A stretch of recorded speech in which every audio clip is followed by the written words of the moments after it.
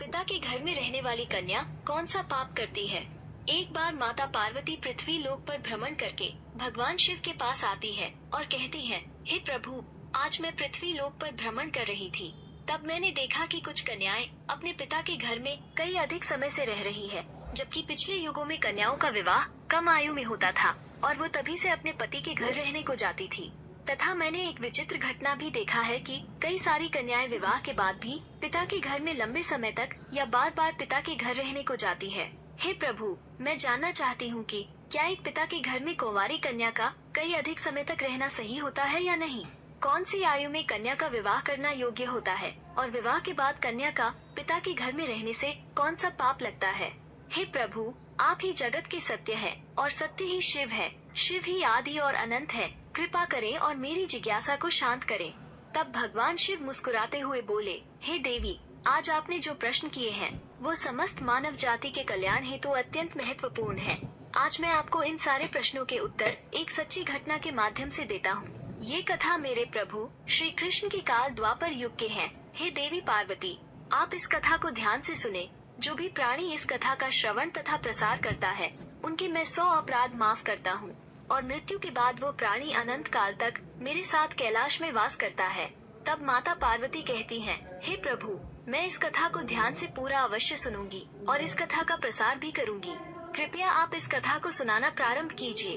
तब भगवान शिव कहते हैं, हे देवी, यह 28वें द्वापर युग की घटना है। यदुकुल श्रेष्ठ वीर उग्रसेन के यहाँ जो घटना घटित होने वाली है, उसी का मैं भूतकाल के रूप में वर्णन करूंगा। मथुरा नाम की नगरी है। वहाँ उग्रसेन नाम वाले यदुवंशी राजा राज्य करते थे। वे शत्रु विजय, संपूर्ण धर्मों के तत्वज्ञान, प्रजा की रक्षा करने वाले और अति गुणवान राजा थे। राजा उग्रसेन धर्म पूर्वक राज्य का संचालन और प्रजा का पालन करते थे। उन्हीं दिनों परम पवित्र विदर्भ देश में सत्यकेतु नाम से प्रसिद्ध एक महापराक्रमी राजा थे। उनकी एक पुत्री थी जिसका नाम मायावती था। वो सत्य धर्म का आचरण करने वाली, अति सुंदर, गुणवान और चरित्रवान होने के कारण दूसरे लक्ष्मी के समान थी। मथुरा के राजा उग्रसेन ने उस सुंदर नेत्रों वाली मायावती से विवाह किया। उसके स्नेह और प्रेम से मथुरा नरेश मुग्ध हो गए। मायावती को वे अपने प्राणों के समान प्यार करने लगे। उसे साथ लिए बिना भोजन तक नहीं करते थे। उनके साथ क्रीड़ा विलास में ही राजा का समय बीतने लगा।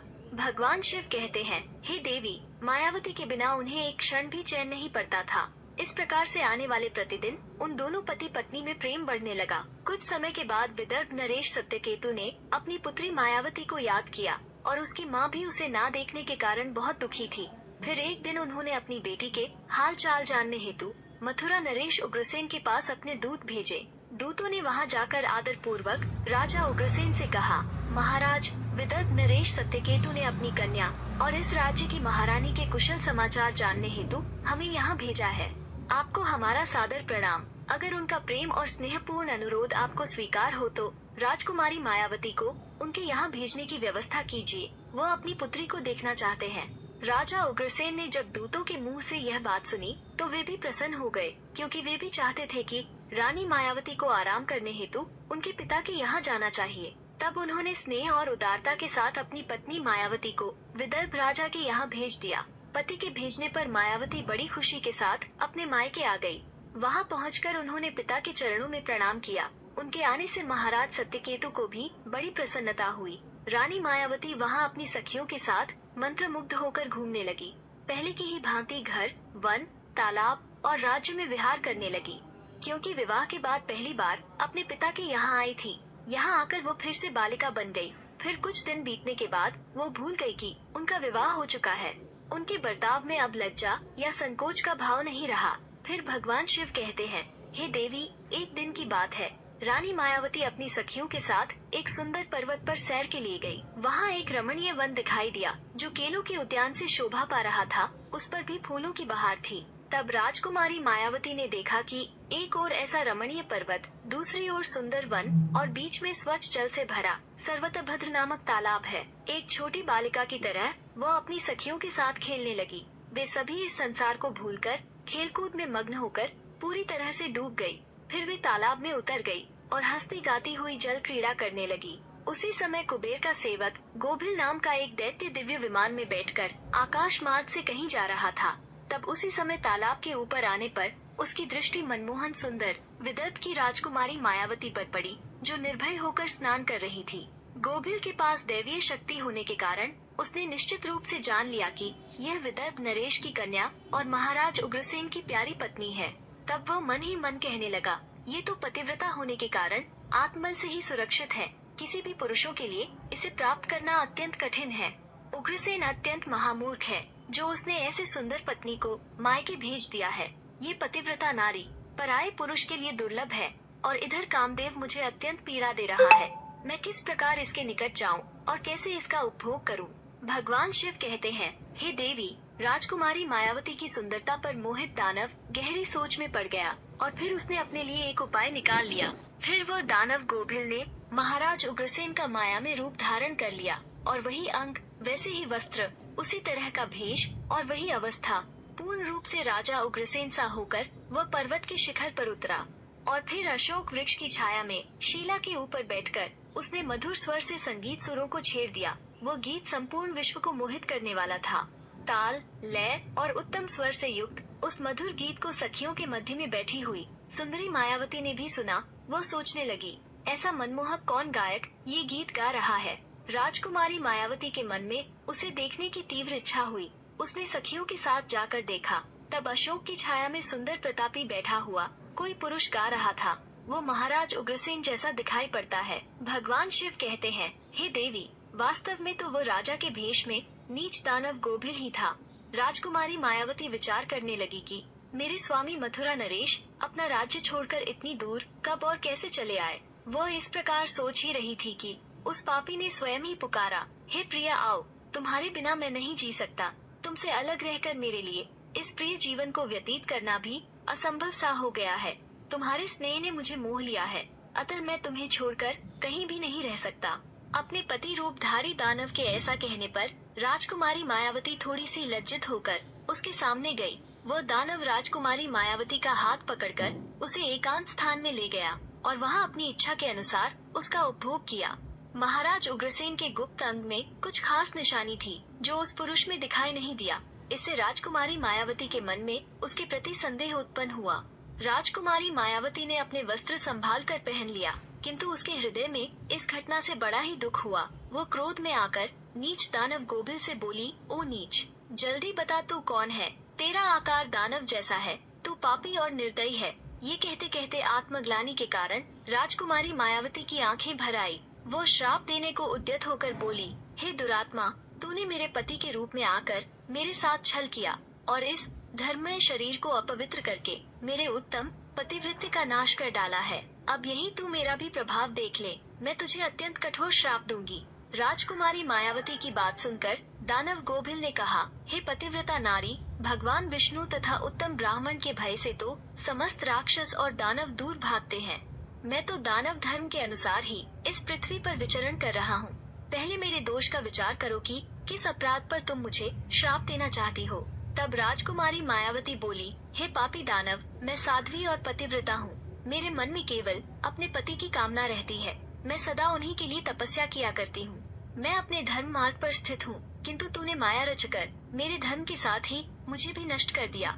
इसलिए हे दुष्ट दानव, तुझे भी मैं भस्म कर डालूंगी। तब दानव गोभिल बोला, हे राजकुमारी, यदि तुम उचित समझो तो ये बात ध्यान से सुनो। मैं धर्म की ही बात कर रहा हूँ। जो स्त्री प्रतिदिन मन, वाणी और काम से अपने पति की सेवा करती है, पति के संतुष्ट रहने पर स्वयं भी संतोष का अनुभव करती है।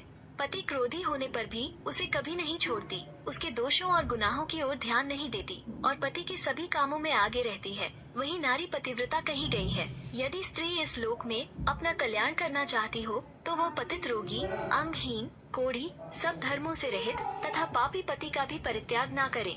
जो पति को छोड़कर जाती है और दूसरे कामों में मन लगाती है, वो संसार में सब धर्मों से बहिष्कृत व्यभिचारिणी समझी जाती है।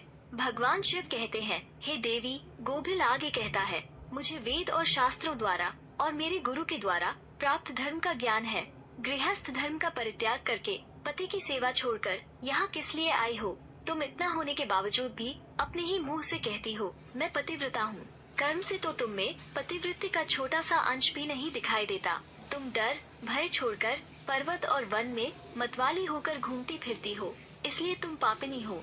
मैंने यह महान दंड देकर तुम्हें सीधी राह पर लाया है। अब कभी तुमसे ऐसी दृष्टता नहीं हो सकती। बताओ तो पति को छोड़कर किस लिए यहाँ आई हो? ये श्रृंगार, यह आभूषण तथा ये सुंदर वेशभूषा धारण करके क्यों खड़ी हो?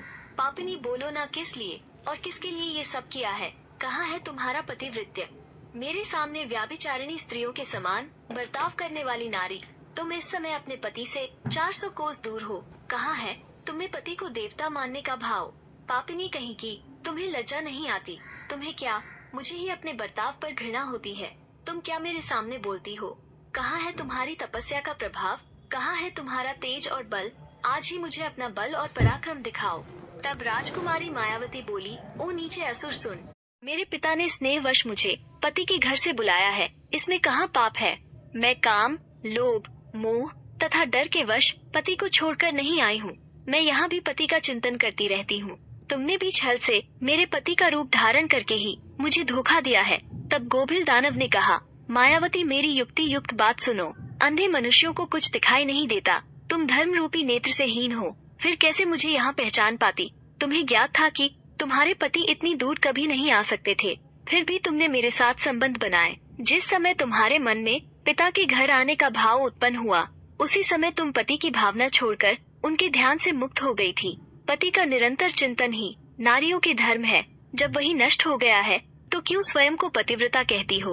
तब भगवान शिव कहते हैं, हे देवी, दानव गोभिल कहता है, जब तुम्हारे हृदय की आँख ही फूट गई, तब ज्ञान नेत्र से हीन होने पर तुम मुझे कैसे पहचान पाती?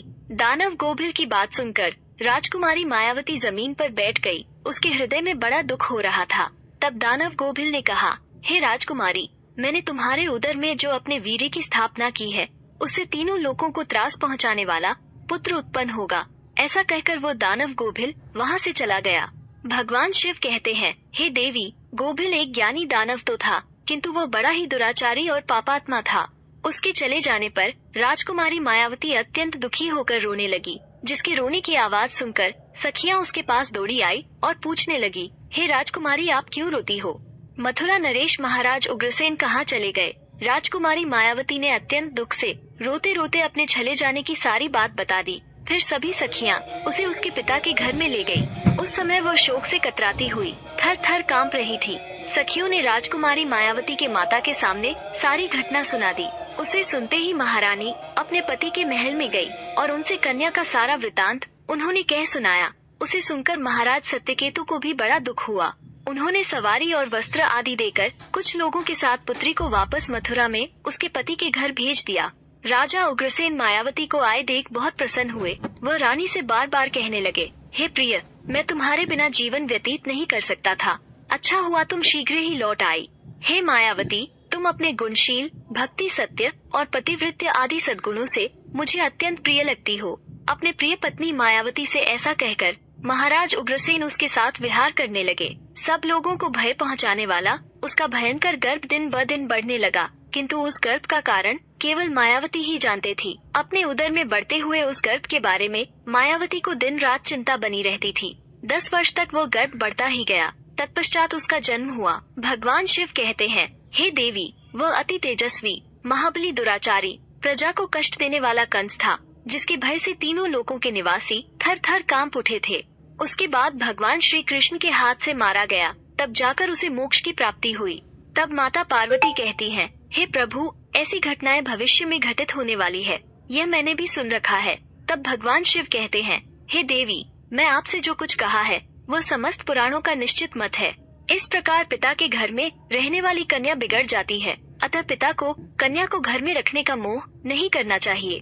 भगवान शिव कहते हैं, हे देवी, अब मैं आपको एक कुंवारी कन्या के विषय में कुछ महत्वपूर्ण बातें बताता हूँ। सभी ध्यान से सुनो। जब कोई भी कन्या जवान हो जाती है तो वो विवाह के योग्य बन जाती है। तब माता पिता को योग्य वर का चुनाव कर उसका विवाह करना चाहिए। उसे कभी भी लंबे समय तक घर में नहीं रखना चाहिए। पति के घर में ही उसका पालन पोषण होना उचित है। वहाँ रहकर वो भक्ति पूर्वक जो उत्तम गुण सीखती है और पति की सेवा करती है, उसके कुल की कीर्ति बढ़ती है और पिता भी सुख पूर्वक जीवन व्यतीत करता है। ससुराल में रहकर यदि वो पाप करती है तो उसका फल पति को भोगना पड़ता है। वहाँ सदाचार पूर्वक रहने से वो सदा पुत्र पोत्रों के साथ वृद्धि को प्राप्त होती है। कन्या के उत्तम गुणों से पिता की कीर्ति बढ़ती है और दोनों कुलों के पितृगण संतुष्ट होकर आशीर्वाद देते हैं। फिर भगवान शिव कहते हैं, हे देवी, दामाद के साथ भी कन्या को अपने घर नहीं रखना चाहिए। ऐसा करने से उस पुरुष के मान सम्मान में समय के साथ साथ कमी हो जाती है और उसे भी पाप लगता है। जब कन्या विवाह योग्य बन जाए तो पराये लोग उस पर बुरी नजर डालना शुरू करते हैं। ऐसे में कहीं वो भी किसी पराये पुरुष के साथ प्रेम संबंध बनाए, उसके पहले ही विवाह करना होता है। एक जवान कन्या पिता के घर में रखना मतलब खजाने भरा चोरों के बीच रखने के समान होता है तथा उस स्त्री का गहना और पिता का सम्मान उस कन्या की इज्जत होती है, जिसे हमेशा संभाल कर रखना चाहिए। किसी भी स्त्री को कभी भी पति से दूर नहीं रहना चाहिए। ज्यादा समय तक मायके रहना भी पाप के समान है। एक पतिव्रता नारी का स्थान सदैव उनके पति के चरणों में होना चाहिए तथा पति के लिए पत्नी का स्थान पति के हृदय में होना चाहिए। फिर भगवान शिव कहते हैं, हे देवी, अब मैं आपके सारे प्रश्नों के उत्तर दे दिया है। तब माता पार्वती कहती हैं, हे प्रभु, आज मैं धन्य हो गई हूँ, जो मेरे मन में चल रहे सारे प्रश्नों को दूर किए हैं। वीडियो अच्छी लगी हो तो लाइक, शेयर और ऐसे ही वीडियो को देखने के लिए हमारे चैनल को सब्सक्राइब जरूर करें।